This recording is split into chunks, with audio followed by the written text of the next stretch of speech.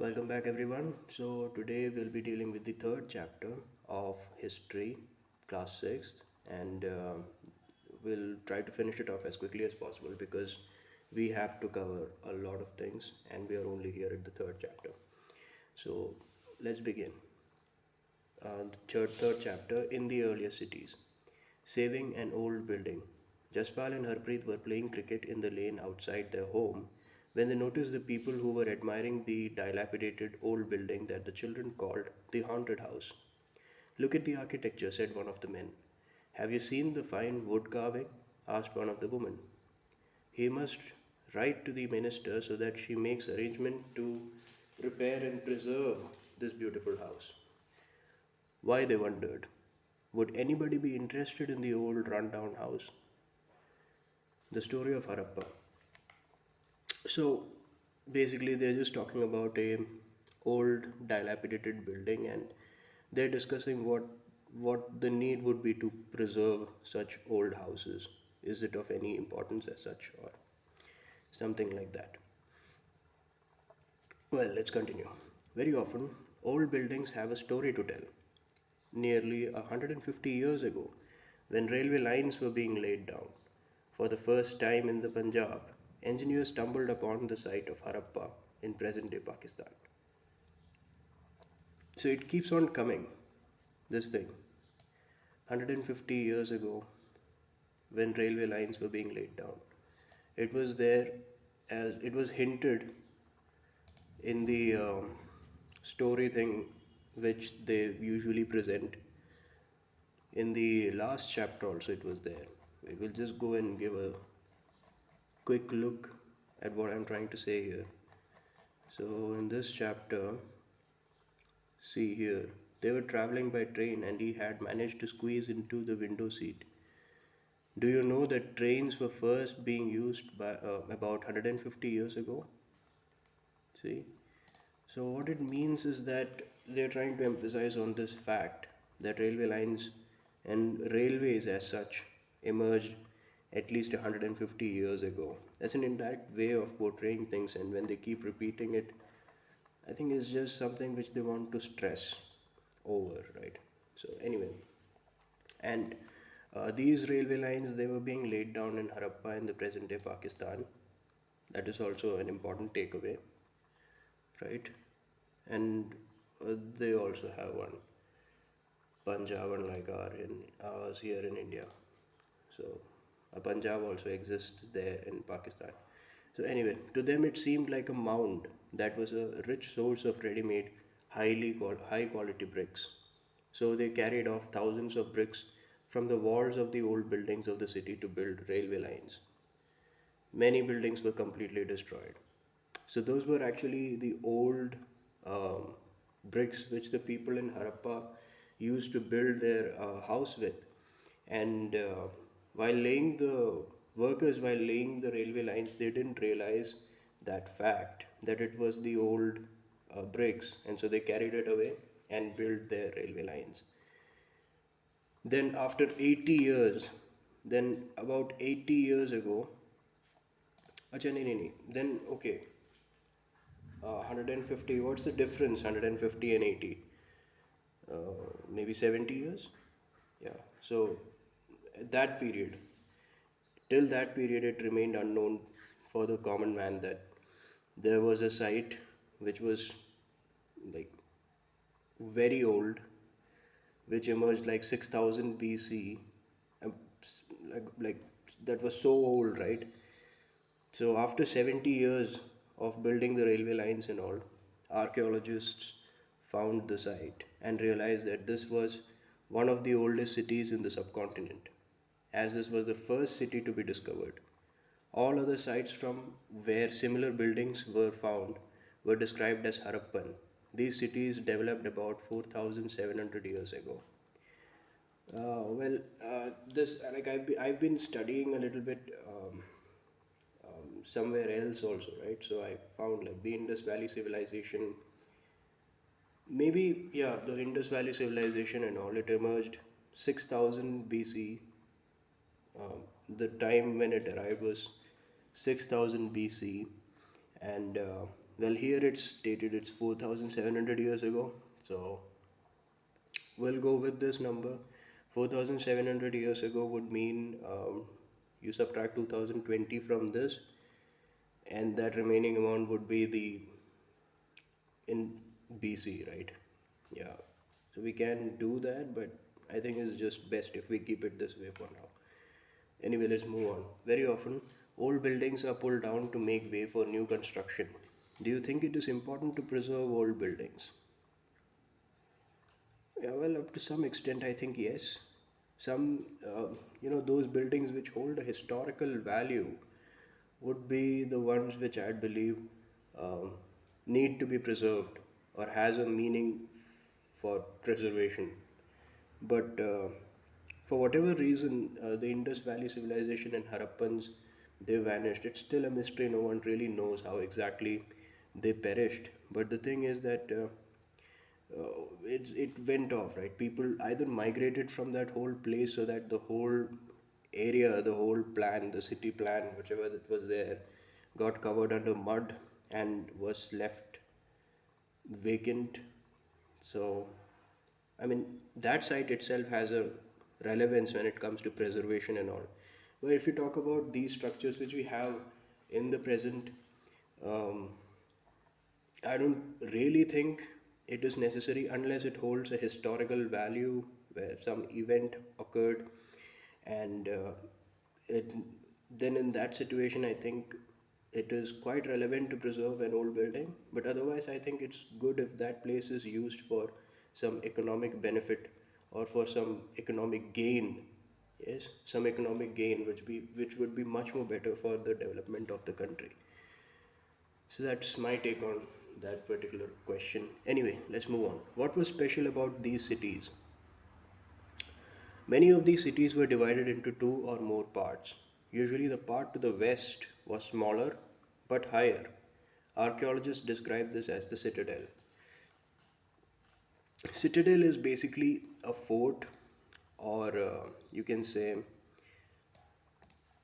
something of a structure which is used by the nobility or the people who are powerful, someone who is the person who rules the particular area. Citadel. Yes, and so they say that you can say that there is a western part to it and there is an eastern part to it. In the west, we have small but higher um, part of the whole excavation which they had undergone, and they had found that these areas could be termed as the citadel. And generally, the part to the east was larger. It was more in number, but it was larger, but it was lower. Okay, so these areas would be the lower town. So if you were to expect, I think it would be something like the citadel on the top, so it gets an important status, and over the eastern side we have low town-like areas where common people lived. I think that's what the book is trying to imply here. Anyway, let's move on. Very often, walls of baked brick were built around each part. The bricks were so well baked that they have lasted for thousands of years. Much more than that, it was used by the people who were laying the railway lines. So you can imagine how good those bricks were, that it qualified the eyes of the person who wanted to make a railway line. So it really was a really good piece of work, and it lasted for so many years. Yes. The bricks were laid in an interlocking pattern, and that made the wall strong. So they were laid in a manner, interlocking patterns. Yes, I mean, we don't have to go into the details of things, but still, uh, it's a good thing to know. Yes, so interlocking patterns so that the structures remained for a long period of time. It was strong, right? So in some cities, special buildings were constructed on the citadel. For example, in Mohenjo-daro, a very special tank, which archaeologists call the Great Bath, was built in this area. Now, I've heard a lot about this thing, the Great Bath. It is quite an important thing. the Great Bath, and where it's in Mohenjo-daro. Okay, say there is a picture of the Great Bath here. This is what it looks like. Now I'm wondering, I'm curious. I want to see what it is like. So let's just take a look. And it's good to just take a look of things, right?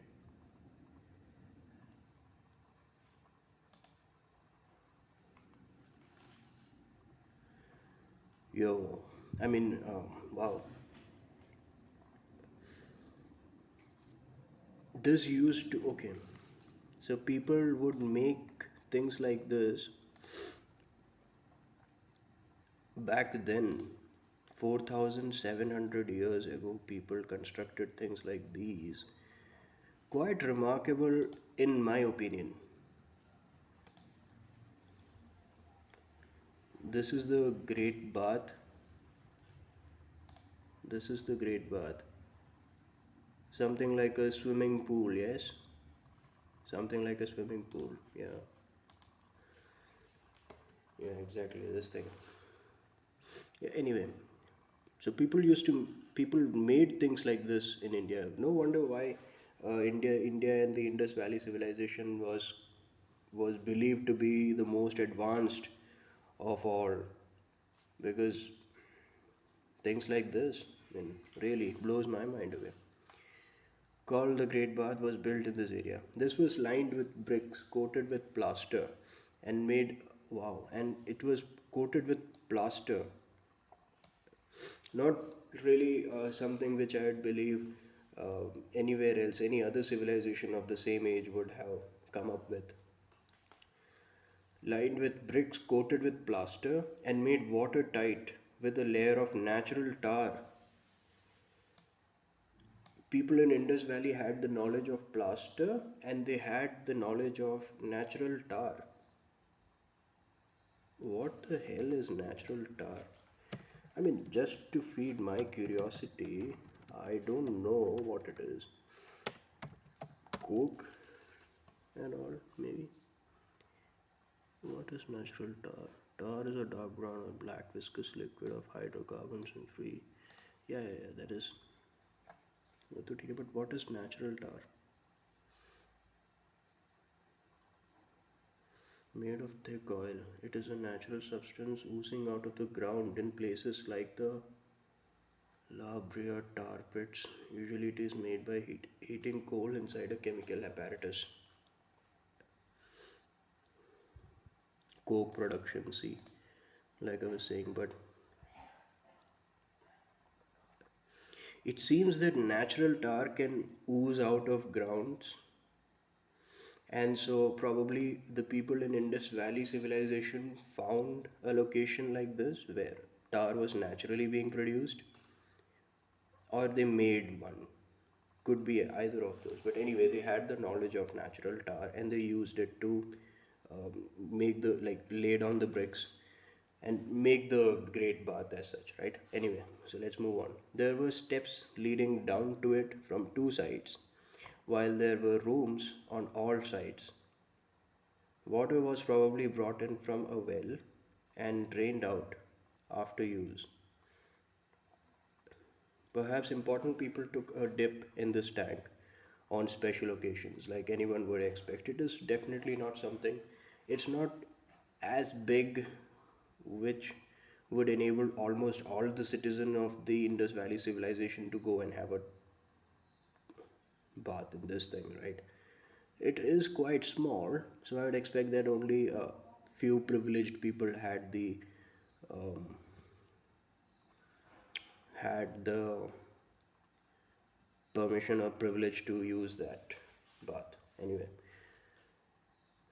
Anyway, other cities such as Kalibangan,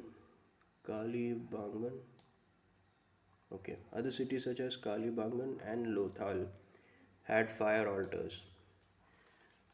Right, so fire altars in Kalibangan and Lothal, and where sacrifices may have been performed. And some cities like Mohenjo-daro, Harappa, and Lothal had elaborate stone houses. Elaborate stone houses here in Mohenjo-daro, Lothal, and Harappa. Right, so Kalibangan and Lothal had fire altars, and Mohenjo-daro, Harappa, and Lothal had elaborate stone houses. Lothal दो जगह पे है. लोथाल में fire alters भी है, लोथाल में elaborate stone houses भी है. Big site, but it's considered that of all the in Indus Valley civilization, the one that is really large is Mohenjo-daro. The next would probably be Harappa. Both are in Pakistan. India में बड़ा कौन सा है बोलने से I can't really be sure. I studied about it but I forgot. Anyway, let's move on. Maybe we'll get to know here. Oh, and there was another minor detail which was written. These cities were found in the Punjab and Sindh in Pakistan, and in Gujarat, Rajasthan, Haryana, and Punjab in India. Right. So, if you ask where all these Indus Valley civilization have been found, it would be Punjab and Sindh in Pakistan, Punjab and Sindh in Pakistan, and Gujarat, Rajasthan, Haryana, and the Punjab in India. Wait, let me just get a different color for this one. So Gujarat, Rajasthan, Haryana, and the Punjab in India. Yeah, I don't know why. Anyway, yeah, well, let's not comment on it, right? Gujarat, Rajasthan, Haryana, and Punjab. And in Pakistan, we have Punjab and Sindh, where these cities have been found. Archaeologists have found a set of unique objects in almost all these cities. Right. Now, in that, they have found red pottery painted with designs in black, stone weights, seals, special beads, copper tools, and parallel sided long stone blades. Not really sure if it's important, but you should have an idea that these things were found. Copper tools were found. That could imply that probably Indus Valley civilization struck up with the knowledge of copper, was the first to come up with the idea of copper, first to discover copper. Could be. Maybe they're trying to imply that here. I'm not sure. Anyway, let's move on. Houses, drains, and streets.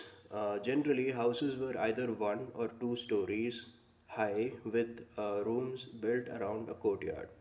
Most houses had a separate bathing area and some had wells to supply water. So, you see how beautifully they had constructed houses at that particular period of time. They uh, made it in a very elaborate fashion. It wasn't um, just a construction where people would stay. They tried to make it in such a way so that it gave it an aesthetic appearance and place where people would like to live. Make it in a very good way, yeah, with separate rooms for separate purposes. A storage room. We did that in the earlier class, I guess. A storage room for storing of grains and things like that. So it was well constructed. Many of these cities had covered drains. Now, this is also another thing which most of the civilization which emerged at that period of time did not have. They didn't have covered drains, and it was there in Indus Valley civilization. Notice how carefully these were laid out in straight lines. Although you cannot see it, each drain had a gentle slope so that water could flow through it. Very often, drains in houses were connected to those on the streets, and smaller drains led into bigger ones. As the drains were covered, inspection holes were provided. Inspection holes were provided at intervals to clean them. You see how intricate the planning had been to, to do things like these, to provide inspection holes and intervals to clean that if in case it got stuck. All three Houses, drains, and streets were probably planned and built at the same time. List at least two differences between houses described here and those that you studied about in chapter 2. What houses did we study in chapter 2? Between the houses described here, chapter 2 houses. I think what they're trying to describe. Should we delve into it or should we not? Hunter gatherers didn't usually make a house for prolonged stay. They probably made houses or probably lived in caves and things like that so that they can just keep on moving and natural house tha, and this is like made by the person himself, or houses weren't really constructed with the purpose of staying for a prolonged period of time. Here it is a settlement, and there was no intention of moving around from one place to another place. This could be one difference if it is what they are trying to ask us. Hunter gatherers to a settlement, a civilization. Anyway, let's move on. Life in the city. Harappan city was a very busy place. There were people who planned the construction of special buildings in the city. These were probably the rulers. It is likely that the rulers sent people to distant lands to get metal, precious stones, and other things that they wanted. They may have kept the most valuable objects, such as ornaments of gold and silver or beautiful beads, for themselves. And there were scribes, people who knew how to write, who helped prepare the seals and perhaps wrote on other materials that have not survived. So I think what like the takeaway here, I can see these rulers and I can see scribes. Rulers were the people who sent people to distant lands to get metal and precious stones and whatnot. Yeah, and they might have kept valuable objects with themselves. Very likely is this. Oh, Jesus! I didn't. I didn't want to do that. I'm sorry. Anyway, so most valuable objects would have been kept by them, such as gold and silver. Gold and silver. Okay, yeah. Well, this implies something here. This is quite good if we just observe. What it means here is that gold and silver was also known to the people of that time. So, if it is ever an option for us to eliminate whether Harappan people discover gold, not discover gold, if we ever have to think in a manner um, to reason out why gold and silver was not known to them, we can always say that gold and silver was known to people in the Harappan civilizations or in the Indus Valley civilization. People had the idea of gold and silver. When was gold and silver discovered?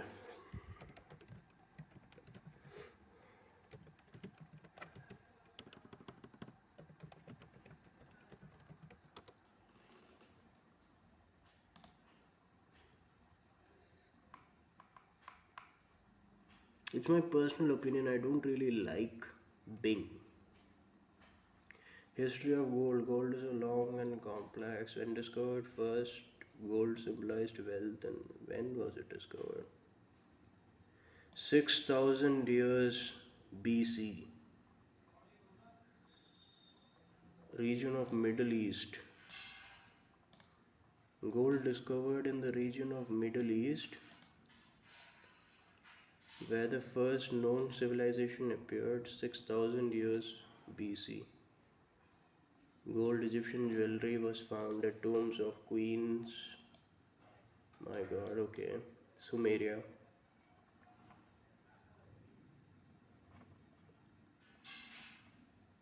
Middle East, the oldest known civilization is ours, but why do they say here? Yeah, I've had this feeling, that people generally do not tend to give credit to things that are there in India. I don't know, but maybe this is a newer finding. Anyway, it still doesn't take away the shine which India has with regard to the Indus Valley civilization. It is one of the oldest civilization, and it is one of the most advanced civilizations that there ever was. But anyway, the whole idea of why I made gold and silver is that why I highlighted gold and silver is that people at that period of time knew or had the idea of gold and silver. Probably it emerged during the period of Indus Valley civilization, probably, but I'm not certain about it. But it was during that period of time. Anyway, and there were scribes, so rulers, okay, who ruled the area, and they sent people to distant lands to get all the metal and precious stones and all, and scribes who knew how to write and helped prepare the seals. So these people knew how to write, and they helped prepare the seals, and perhaps wrote on other materials that have not survived, and they wrote on other things like, obviously, if you wrote on a palm leaf at that period of time, it is pretty sure that it wouldn't survive without proper preservation done to it, and also obviously it didn't survive, but because it's possible that they wrote and it didn't survive. Anyway, besides, there were men and women, craftspersons, right? So there were also craftspersons. So we have rulers, we have scribes, and we have craftspersons who would make all kinds of things, either in their own house or in special workshops. So there is a possibility of a workshop also. There is a possibility of workshop as well. Other than the homes in which they lived, craftsperson also had a special area where they could work. People were traveling to distant lands or returning with raw materials and perhaps stories. Many terracotta toys have been found, and children must have played with these. Yeah, so they have given this cute little, what do you call these things? Cute little terracotta toys. Yeah, I look good. It looks good though, yeah? It looks very cute. Harappan seal, far left. This one. Hmm. Harappan seal. The signs on the top of the seal are part of a script. This is the earliest form of writing known in the subcontinent. Scholars have tried to read these signs, but we still do not know what exactly they mean. And these are the terracotta toys. So, the earliest form of writings were also found in Harappa in the Indus Valley civilization, and yeah, there's some more things which I figured while I was doing my studies elsewhere about these scripts, right? So it is Bostophodon, the way in which it is written. I think I'll add a comment here. The way it is written, it is a style known as Bostophodon. And what happens in this is that they first write from left to right, like this, and then the next line. So if they, I just write something here. So they'll write like this from right to left. They'll start here and they'll move to the left, and then they'll write the next line. So, and that would be from left to right. I don't know if you'd understood what I was trying to say, but Here, like they start from right to left, and the next line would be from left to right. So it is a type, and then the next line would be from right to left again. Right to left. Not left to right. Right to left, like this. And then left to right. So it's the way of writing is called Bostophodon, and people don't usually, like we know in Urdu what they write. They always write from right to left, right? And English, when we write, we always write from left to right. So Bostophodon was the way these scripts were written, and they don't know what the meaning of the script is. Like they don't completely understand. That's also a bummer, because if you don't know what the how, like what it means, then how could you state that it is written in the pattern of, Bostophodon? I didn't think about this, just happened that I'd yeah. So what it means is probably they didn't completely understand each and every script. They knew some of the scripts, and they could make out that it was written from right to left and left to right. I think that would be the most obvious understanding of this particular aspect. Anyway, but these are the scripts. This is the oldest known scripts which people wrote. Yeah, the oldest known writing would be the writings of the Harappan people, Harappan civilization.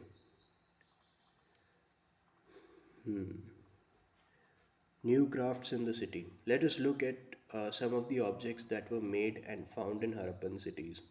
Most of the things that have been found by archaeologists are made of stone, shell, and metal, including copper, bronze, gold, and silver.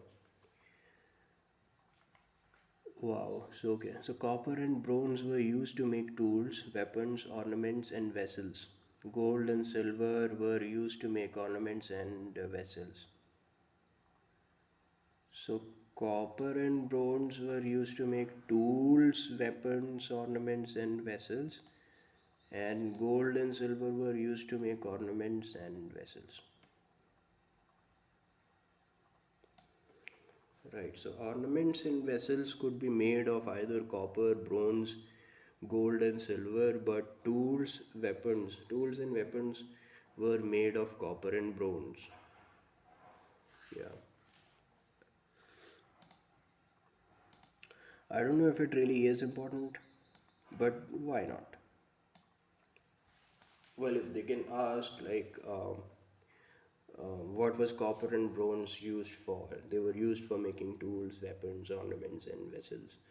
And ornaments and vessels could be made of either copper and bronze, or could have been made by using could have been made using uh, gold and silver. Right. Perhaps the most striking finds are those of beads, weights, and blades.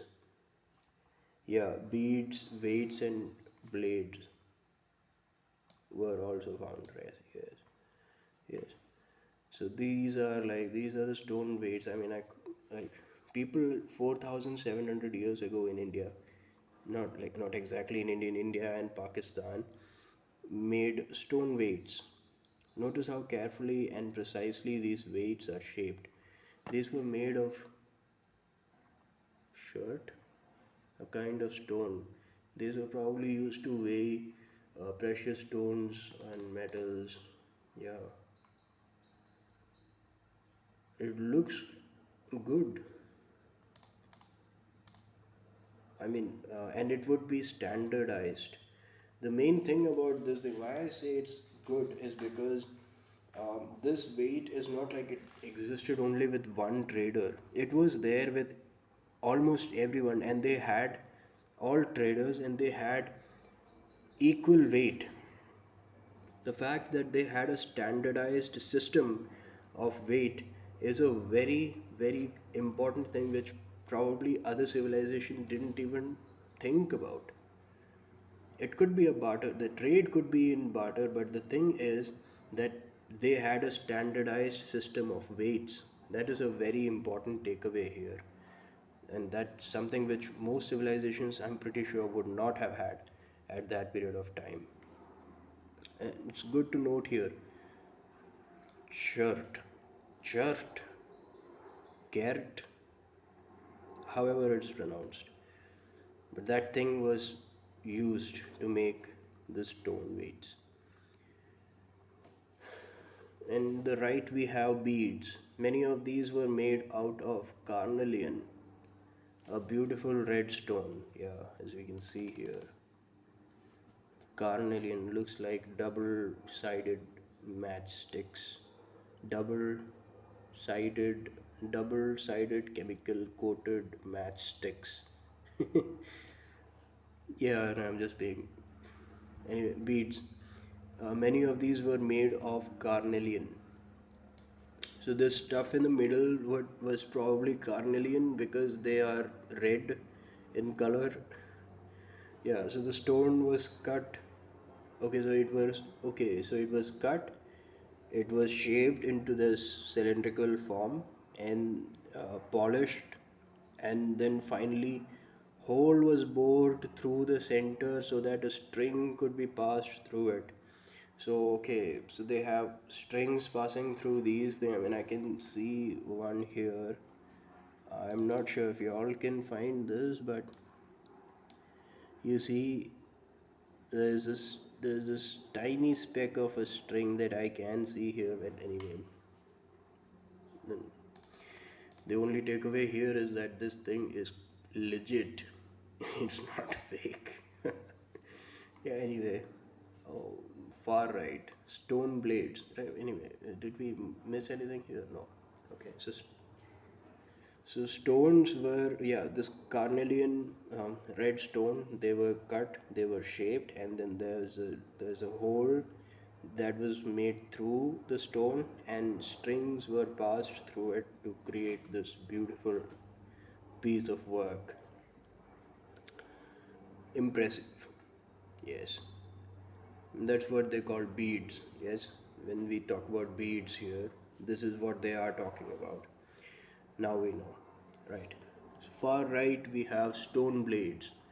Stone blades. Nothing described here about stone blades. Pretty obvious, used to kill something probably, um, or maybe for things like cutting stuff. Yeah. Anyway, bottom right. Who's this? Embroidered cloth. Embroidered clothes, right? Okay, people used to wear embroidered clothes at that period of time. Impressive. A stone statue of an important man. This is an important man, and he lived in Mohenjo-daro. He is important because he had embroidered garment. I'm just kidding. Shows him wearing an embroidered garment. No, the implication of embroidered garment is probably the fact that people with very good status were those who could afford an embroidered garment at that period of time. That could be an important takeaway from this particular thing. So, embroidered work was not really everyone's cup of tea. It was only for those who were powerful. Anyway, so the Harappans also made seals out of stone, like yeah, the one we saw earlier. These are generally rectangular. Yeah, so they've just described the shape anyway, and usually have an animal carved on them. Yeah, I couldn't make out what this animal here is. Can you figure it out? Yeah, hit me in the comments below, like the average YouTubers generally say, if you have an idea about what this animal is. What is this thing? It is definitely a cow. It has to be a cow. This is probably a cow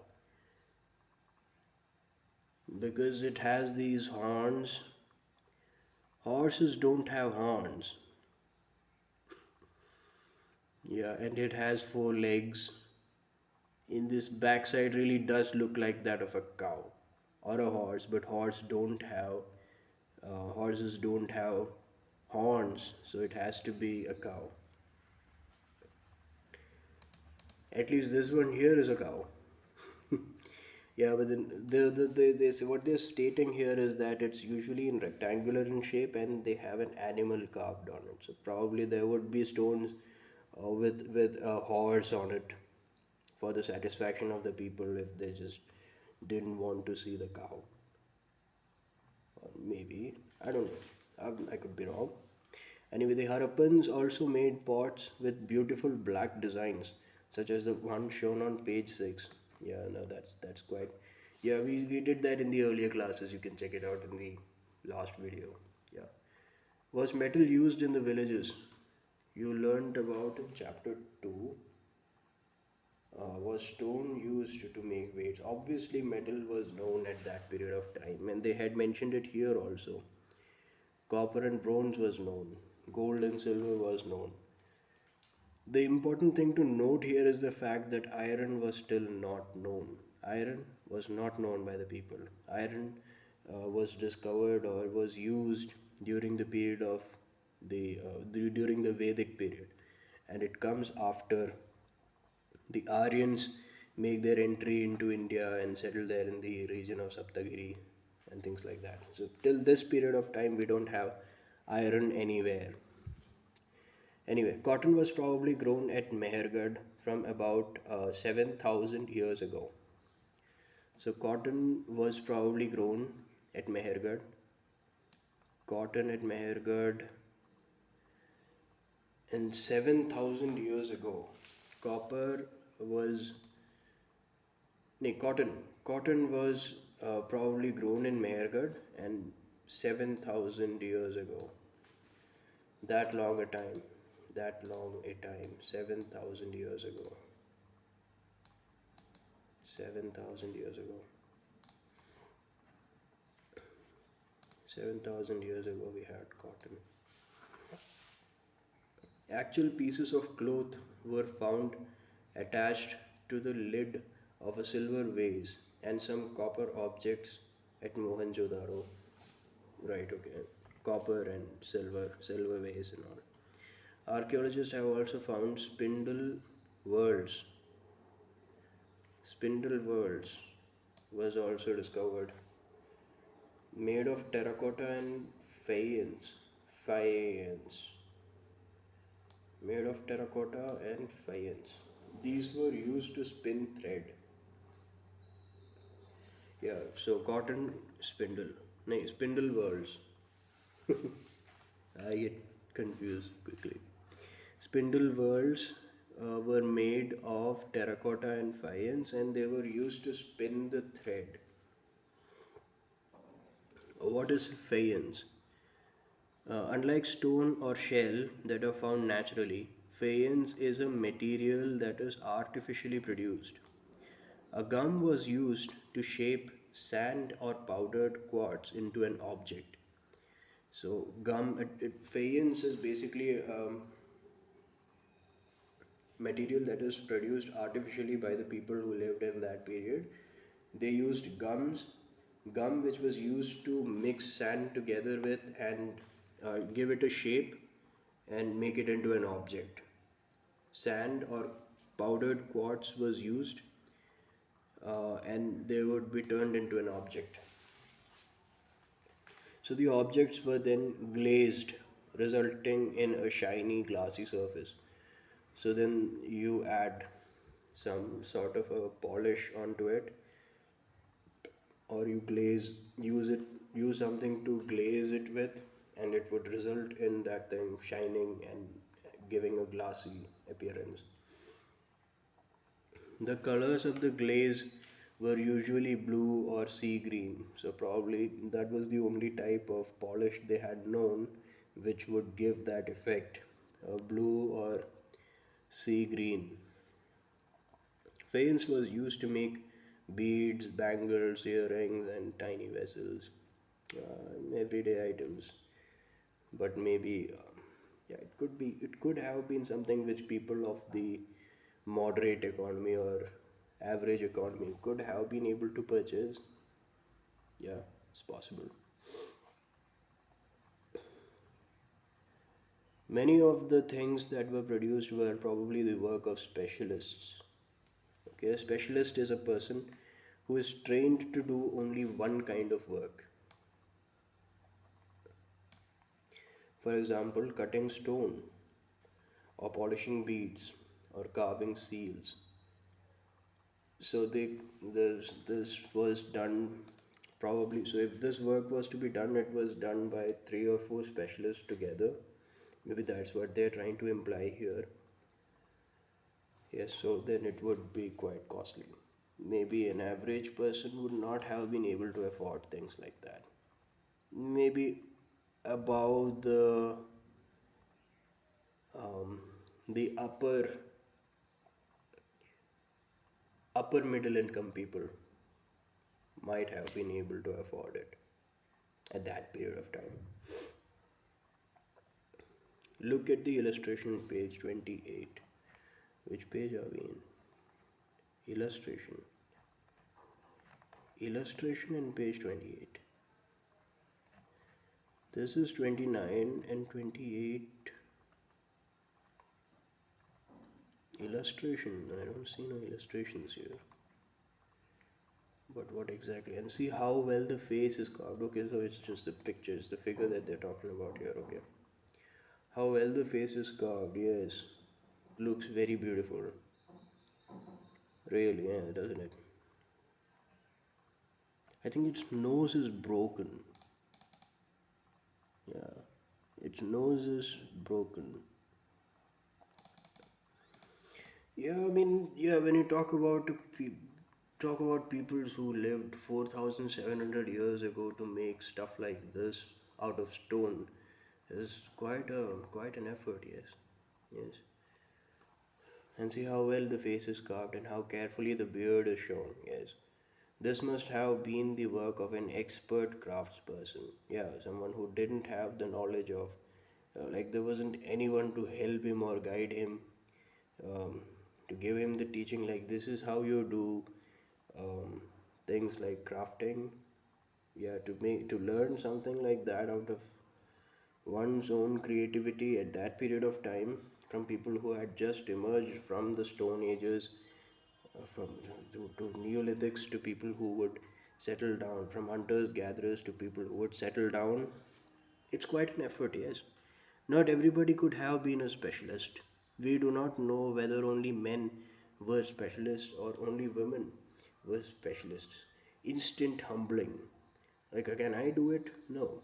I mean, I can try, but I would probably emerge at making something which looks worse than what he has made. Instant humbling. My apologies to the one who made that beautiful piece of work. I can't do it. Perhaps some women and men may have been specialists. Yes. In search of raw materials. Raw materials are substances that are either found naturally or produced by farmers or herders. Raw materials are substances that are either found naturally, such as wood or ores of metal, are produced by farmers or herders. These are then processed to produce finished goods. For example, cotton, produced by farmers, is a raw material that may be processed to make cloth.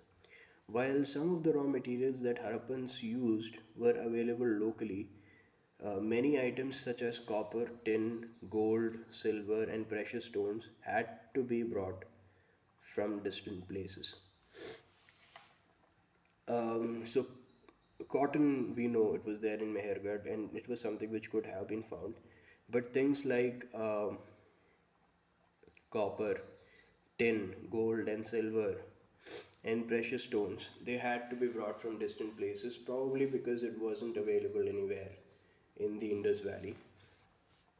So they knew about these things, but they couldn't make it of their own. They had to travel to the distant places in order to buy things like these: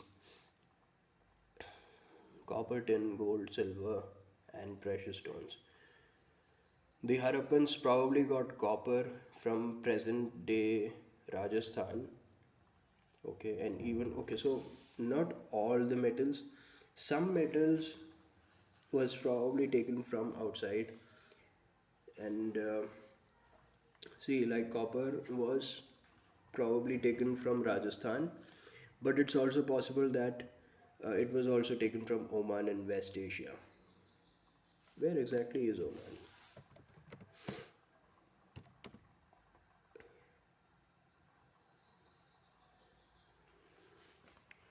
So near Saudi Arabia, what people used to travel through boats at that period of time. Why would anyone want to circle all the way like this and then get to Oman? People probably used boats. Probably, I'm not certain. Anyway, tin, which was mixed with copper to produce bronze. Okay, so tin is mixed with copper to produce bronze. So if anyone asks someone how bronze is made, now we know. We take copper and then we add tin into it and then we get bronze. May have been brought from present day Afghanistan and Iran. So Afghan and Iran are the places where probably bronze was taken from. Oh no no, tin. It may be bronze also. Why would anyone want to bring tin and then mix it with their copper to make bronze? They can simply take the bronze from Afghanistan. Maybe, but the people there in Afghanistan didn't have bronze. Also possible. But the thing is that tin was taken from Afghanistan and Iran. Gold could have come all the way from present day Karnataka, from down below. From Karnataka, they took gold and precious stones from present day Gujarat, Iran, and Afghanistan. Precious stones came from Gujarat, Iran, and Afghanistan.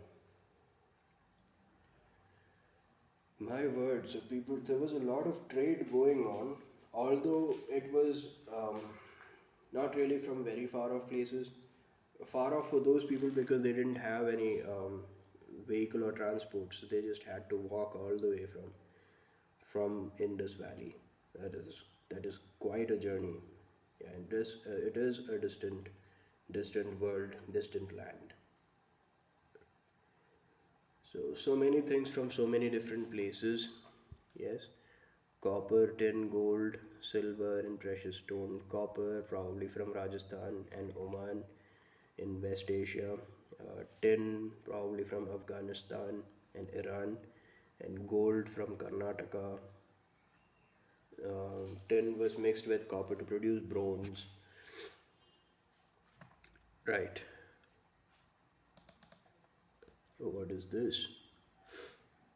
How are goods carried from one place to another? Look at the illustration. One shows a toy and the other is a seal. There again, we have a seal here again. Now what do we have here? Chickens? Is it chickens? It sure does. No, it might be an eagle. Yeah, well, it's a bird. Look at the illustration. One shows a toy. Yeah, so this is the toy. Probably the kind of things which people used at that period of time to carry stuff from one place to another place. Yeah. The other is a seal, of course, the bird. Can you suggest what the modes of transport used by Harappans were? Did you come across illustrations of wheeled vehicles in earlier lessons? Wheeled vehicles. Let me think. It's been quite some time since I had done the earlier two chapters and I don't quite recollect. So we can go back and we can see, but it's going to take a lot of time. It's already 54 minutes now. Anyway, food for people in the cities. While many people lived in the cities, others living in the countryside grew crops and reared animals. Rearing of animals is also another thing which is quite important at this period of time. These farmers and herders supplied food to craftspersons, scribes, and rulers in the cities. Right. So craftspersons, scribes, and rulers in the cities were provided by the farmers. So farmers also are an important factor here. So farmers are also an important aspect in this whole thing. We know from remains of plants that the Harappans grew wheat, barley, pulses, peas, rice, sesame, linseed, and mustard. This is quite important. I'm pretty sure this could be asked, like what were the crops that were grown by the people in the Harappan civilization? It would be these. So we should note it quite well. Wheat, barley, pulses, peas, rice, sesame, linseed, and mustard. Wheat, barley, pulses, peas, rice, linseed, mustard. Oh, and sesame, of course. Anyway, a new tool, the plow, was used to dig the earth for turning the soil and planting seeds. While real plows, which were probably made of wood, have not survived, toy models have been found. As this region does not receive heavy rainfall, some form of irrigation may have been used. This means that water was stored and supplied to the fields. Water was stored and supplied to the fields when the plants were growing. It see now this is also another something which we can't say for sure. We uh, hope that was what was happening at that period of time. See, like they say here, this region does not receive heavy rainfall. We don't know that because it was 4,700 years ago. Maybe at that period of time it received heavy rainfall and it was normal, like just as we have down in the south in India or something like that. It's possible, but we assume the fact that they didn't receive a lot of rainfall at that period of time. See, why would an entire civilization just vanish? Yeah, leaving the cities behind. It turned vacant. What could have happened? Invasions from Aryans would mean that it would still be existing, right? So that implication of the fact that Aryans came and invaded on the Harappans and killed all of those people and just simply left the place vacant would be a bummer. Because if they did, then they would have utilized those cities in a meaningful way, probably lived there. Yes, they would have done something about this thing. It didn't happen. I My strongest suspicion in this thing is that probably drought occurred, and a big one at large scale, and people didn't have any food and they died. And maybe from that period onwards, rainfall reduced in that area, whatever the reason.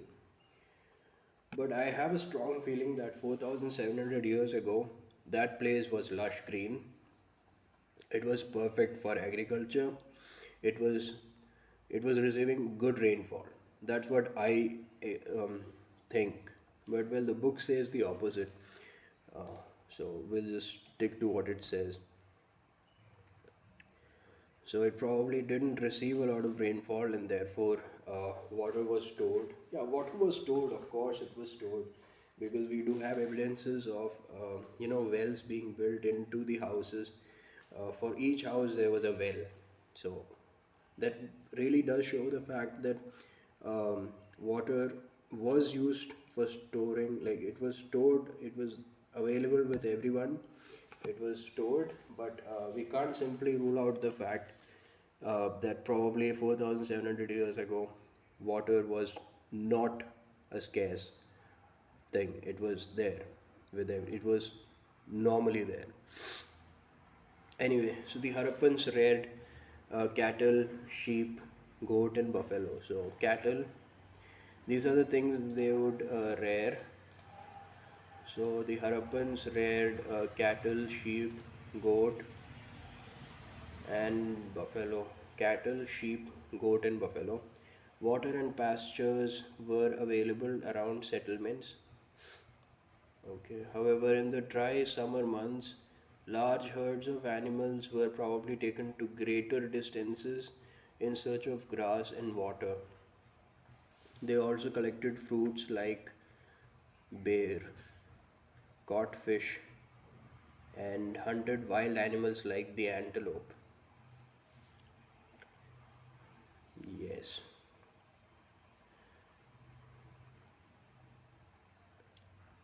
caught fish. So if you ask, if you think like what were the things that they ate at that period of time, you can say that they ate wild fruits, bear. They would eat fish, and they also hunted wild animals like the antelope during the dry summer months when they had to travel to large distances. Anyway, a closer look. What is this?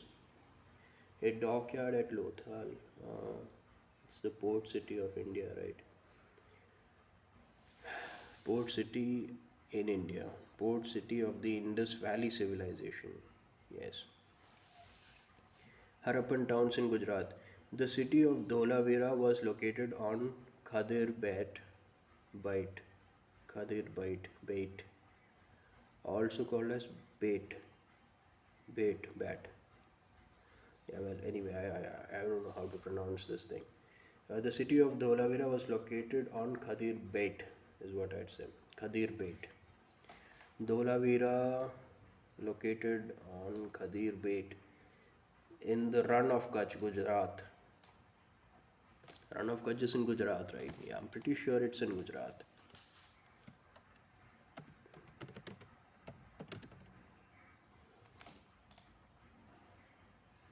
Gujarat, Great Run of Kutch. Kutch district of Gujarat. Yes. Just look into some of the pictures here. It looks very gorgeous. Wow. This looks good. Love to be here. Anyway, where there were where there was fresh water and fertile soil. Dholavira was located on Khadir Bait in the Run of Kutch, where there was fresh water and fertile soil. Unlike some of the other Harappan cities which were divided into two parts, Dholavira was divided into three parts, and each part was surrounded with massive stone walls. Okay, with entrances through gateways. There was also a large open area in the settlement where public ceremonies could be held. Large open area where public ceremonies. Other finds include large letters of the Harappan script that were carved out of white stone and perhaps inlaid in wood. Large letters of the Harappan script. I mean, I would love to see that. Can I color it in a different color? Yes. This is a unique find as generally Harappan writing has been found on small objects such as seals. Hmm. The city of Lothal stood beside a tributary of the Sabarmati. So um, Lothal is located near the tributary of Sabarmati in Gujarat, close to the Gulf of Khambat. Close to the Gulf of Khambat. It was situated near areas where raw materials such as semi-precious stones were easily available. Semi-precious stones were easily available in this period, in this place. Semi wouldn't let me. Oh no. Semi precious stones, finally, okay, was easily available. This was an important center for making objects out of stone, shell, and metal. So, stuff relating to stone, shell, and metal were made in Lothal. Semi precious stones, um, stone, shell, and metal. Stone, shell, metal. Stone, shell, metal. Objects made out of stone, shell, metal, and semi precious stones. There was also a storehouse in the city. Yeah, well, many seals and ceilings were found in the store. Hmm. Many seals and ceilings were found in the storehouse. Yes, a dockyard at Lothal. This huge tank may have been a dockyard where boats and ships came in from the sea and through the river channel. Goods were probably loaded and unloaded here. Yes, so like I was thinking, where was the last thing that we did? No, it's not there. Oh yeah, this one. See Oman, right? So what I'm thinking is, if it was there in Gujarat, run of Kutch, probably they simply used boats to travel to Oman. Now, if they're saying that this is a port, then obviously boats was not an uncommon sight in this area, and maybe trade was done through boats as well to foreign countries as well. It's possible to Oman, yes. Boats and ship came in, and people from Oman also would travel to Gujarat.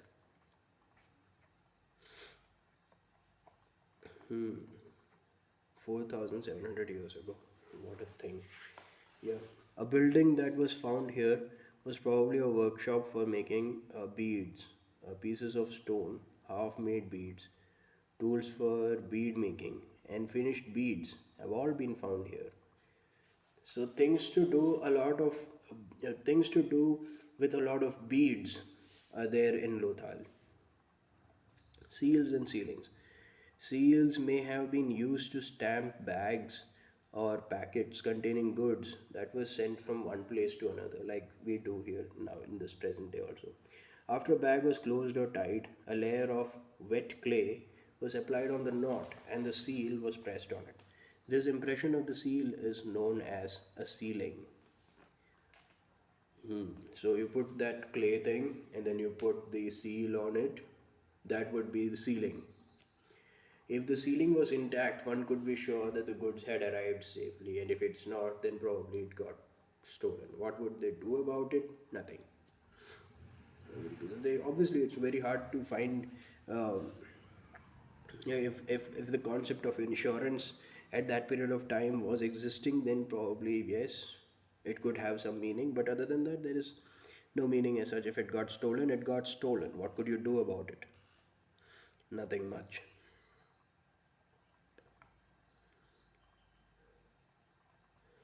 The mystery of the end. Yeah, this would be quite interesting. Let's see what NCERT has to say. Around 3,900 years ago, we find the beginnings of a major change. People stopped living in many of the cities. Writing, seals, and weights were no longer used. Raw materials brought from long distances became rare. In Mohenjo-daro, we find that garbage piled up on the streets. The drainage system broke down, and new, less impressive houses were built even over the streets. Why did all this happen? We're not sure. Some scholars suggest that the rivers dried up, others suggest that there was deforestation. This could have happened because fuel was required for baking bricks and for smelting copper ores. Besides grazing by large herds of cattle, sheep and goat may have destroyed the green cover. In some areas, there were floods, but none of these reasons can explain the end of all the cities. Flooding or a river drying up would have had an effect in only some areas.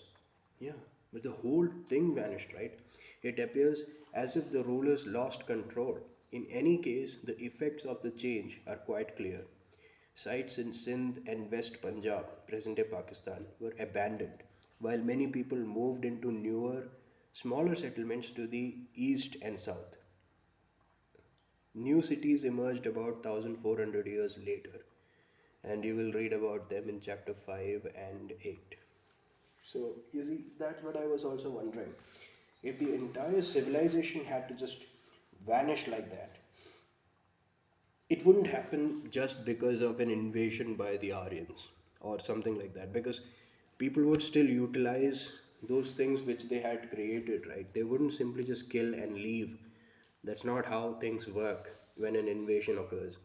So it's definitely not an invasion. What I'm clearly thinking about here is, yeah, and the suggestion that these like cattles and goats, they, yeah, grazing by cattles and goats, that's the thing, because that would have resulted in deforestation, and without anyone to control or keep a check on the grazing that the cattles and goats were involved in, it would have become quite a tedious thing later, because that would have really caused a lot of deforestation. It would have increased the temperature. Loss of rainfall in the area could have been the biggest reason, as far as I can think. Drought might have been the reason why that entire civilization just vanished or moved into newer settlements, newer places where the river is broader, although prone to flood, but it's a better place to be at, because maybe a little further away from the river, reachable, reachable, but it doesn't get dried off during the summers.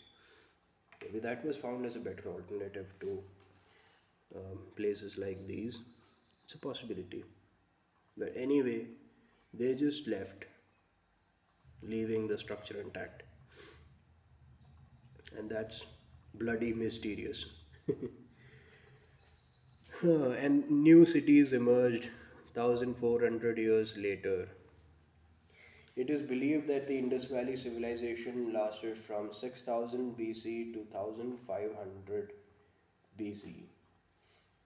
And the Vedic period starts from 1500 to 1500 to 500, I guess. So 1500 to 1000 is one part. No, 1500 to 1000 is one part, and 1000 to 500 or 600 is the other part. Something like that. It's in that range. Elsewhere, what was happening here? This is a good thing, this elsewhere thing, where we learn what was happening in other parts at the same period of time. Yes. Find Egypt in your atlas. Jesus. No. Most of Egypt is a dry desert, except for the lands along the river Nile. Around 5000 years ago, kings ruled over Egypt. So, when rulers in the Indus Valley civilization weren't really a very, weren't of the type which were known all throughout the Indus Valley civilization, they were local rulers. Yeah, and this is also quite important, because rulers who were made at that period of time weren't made because of heredity or because they were of that race. There wasn't anything like that. The person who had the most um, skill on the battlefield, or the person who has the leadership qualities, were elected by the people to be their rulers. So it doesn't really mean that a person who is a ruler, his son, will be a ruler by heredity or things like that. It wasn't like that in the Indus Valley civilization. Maybe that wasn't the case in Egypt. Kings were actually were the ones who were ruling over Egypt, and these kings sent armies to distant lands to get, yeah, again, gold, silver, ivory, timber, and precious stones. This precious stone thing is there almost everywhere, and these kings would want gold and silver and ivory, timber. Okay, yes, because they didn't have wood for themselves. It was desert. They also built huge tombs known as pyramids. So pyramids are equivalent to tombs where they house their dead. Yeah, we can search that over in YouTube also. I'm pretty sure almost all of the people would have, because it's just an important thing, and it's filled with mysteries and all. Tomb sites basically, these pyramids. When they died, the bodies of the kings were preserved. Yeah, the internal organs were taken out, and then it was sealed with um, ointments and stuff to preserve it, and then they were wrapped around and placed inside their coffins and buried in these pyramids. These carefully preserved bodies are known as mummies. Yeah, so when you put the ointments and stuff like that inside and wrap it with that cloth, and the final product of it is known as a mummy, and they are placed inside the coffins. A large number of objects were also buried with them. These included food and drink, clothes, ornaments, utensils, musical instruments, weapons, and animals. Basically, those things which belonged to the one who died, or which was something which they wanted that the person who died will find use after his death in the afterlife. That was their belief. Sometimes even serving men and women were buried with the rulers. So, good Lord, man. If you loved someone at that period of time, if you die, your loved one also die with you. Quite dark, but anyway, sometimes even serving men. So these are amongst the most elaborate burials known in world history. Do you think kings would have needed these things after death? I mean, wow, it's a good sarcastic question to pose. NCRT, would you? Anyway, imagine you are traveling with your parents about 4,000 years ago from Lothal to Mohenjo-daro. Describe how you would travel, what your parents might carry with them, and what you would see in Mohenjo-daro. Good question. What all things you would find is really, it would have been very impressive.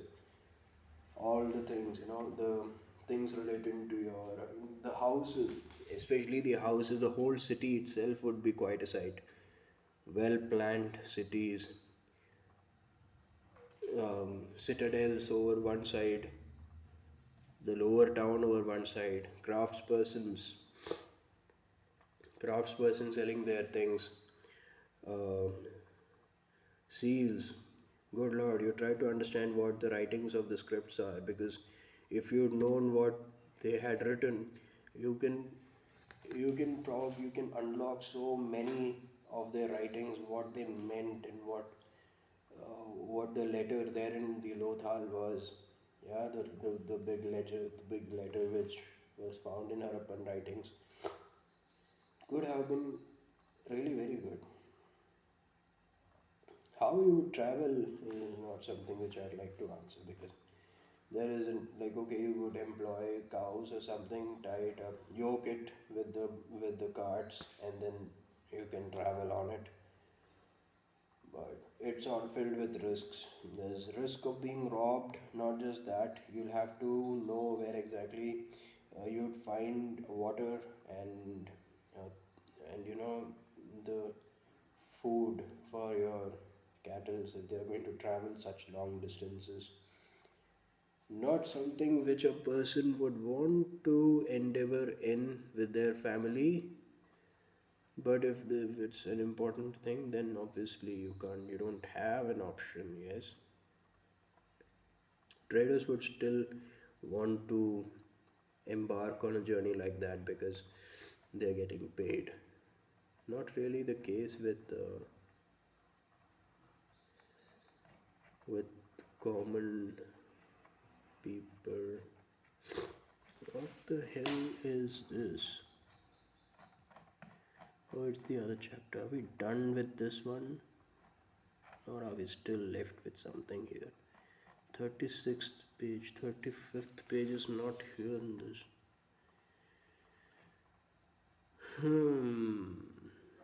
Whatever happened to the 35th page? Anyway, I think we had covered